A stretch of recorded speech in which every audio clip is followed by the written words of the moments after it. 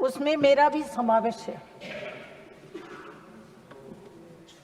माननीय उपसभापति जी, सबसे पहले मैं हमारे यशस्वी प्रधानमंत्री माननीय मोदी साहब, हमारे आदरणीय गृह मंत्री माननीय अमित शाह साहब, हमारे गुजरात के उस वक्त के पार्टी के अध्यक्ष माननीय CR पाटिल साहब, स्वर्गस्थ मुख्यमंत्री माननीय विजयभाई रूपाणी साहब और राष्ट्रीय अध्यक्ष माननीय तत्कालीन नड्डा जी का तहे दिल से आभार व्यक्त करती हूँ, साधुवाद देती हूँ। माननीय उपसभापति जी, मैं तो ऐसे गांव से, ऐसे परिवार से आई हूँ। मैंने कभी सोचा भी नहीं था, सिर्फ किताबों में पढ़ा था लोकसभा और राज्यसभा, लेकिन उस राज्यसभा तक मैं पहुंचूंगी वो तो मैंने कभी स्वप्न में भी नहीं देखा था। लेकिन आज पुनः हमारे नरेंद्र भाई का मैं दिल से आभार व्यक्त करती हूँ। जब नरेंद्र भाई गुजरात के मुख्यमंत्री थे तब मैं एक अधिकारी के रूप में, नायब सचिव के रूप में सचिवालय में काम कर रही थी। मेरे पिताजी उनके साथ MLA के रूप से काम कर रहे थे। लेकिन नरेंद्र भाई की इच्छा थी, हमारा एरिया राजस्थान गुजरात बॉर्डर पे पड़ता है, अनडेवलप है। उनकी सोच और इच्छा थी, वो बिछड़े लोगों को बहुत चिंता करते हैं कि यदि कोई पढ़ा लिखा कोई लड़का लड़की हमें मिल जाए, हमारा मीडिएटर बने तो उस एरिया का कायापलट हम कर सकते हैं। तो उस वक्त उन्होंने बोला आपको हमारी टीम में काम करना है। मैं अपनी कृपा से MLA भी रही। MLA में हार जाने के बाद भी उनकी कृपा से मैं संगठन में काम करती रही, मीडिएटर पार्टी की बन के उनके जो हमारा एरिया बिल्कुल अनडेवलप है उसमें काम करती रही। लेकिन आज मैं यहाँ हूँ उनकी कृपा से। माननीय उपसभापति जी, यहाँ आने के बाद हम जब यहाँ आए तब कोरोना काल चल रहा था, बिल्कुल कोरोना। मैं एक घटना भी कहना चाहती हूँ। हम गुजरात में से 4 सभ्य आए, एक हमारे शक्ति सिंह भाईपन थे, राम भाई भी थे, नरहरी अमीन साहब।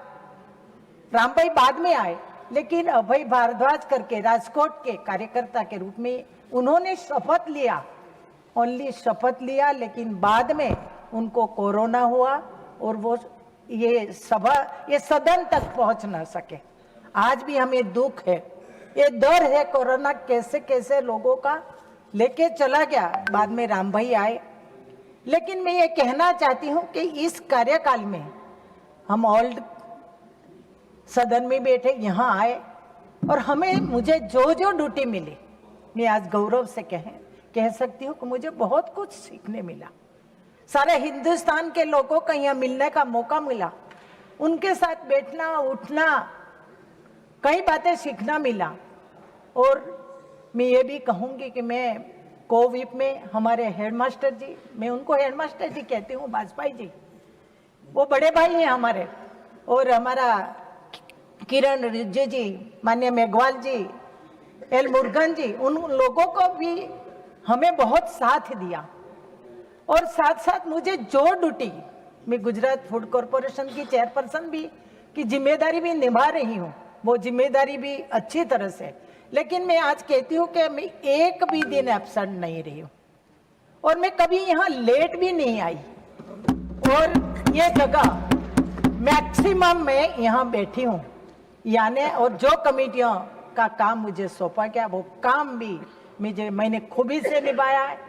उतना ही नहीं, यहाँ बहुत सीखने, कई बिल आए, कई सब्जेक्ट आए, सामने इधर से अगल बगल से जो लोगों ने जो सब्जेक्ट जो विचार दिया, उनसे भी हमें बहुत बहुत सीखने मिला।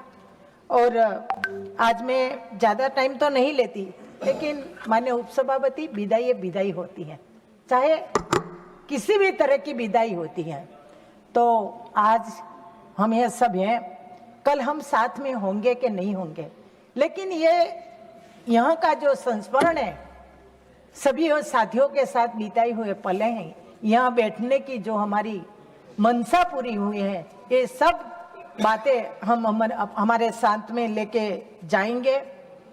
लेकिन कहते हैं कि एक्स एमएलए होता है, एक्स एमपी होते हैं।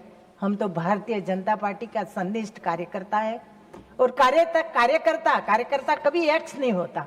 तो हम कार्यकर्ता के रूप में काम करेंगे और हमारे देश के यशस्वी प्रधानमंत्री विकसित भारत 2047 का जो विजन लेके चलते हैं, हम कदम टू कदम मिला के इनके मिशन परिपूर्ण करने के लिए काम करेंगे।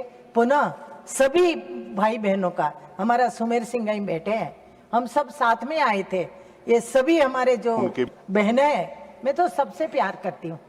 ये हमारी सभी बहनों भाइयों, नहीं आप मेरे भी भाई हैं, सबको ये वंदन करके प्रणाम करके पुनः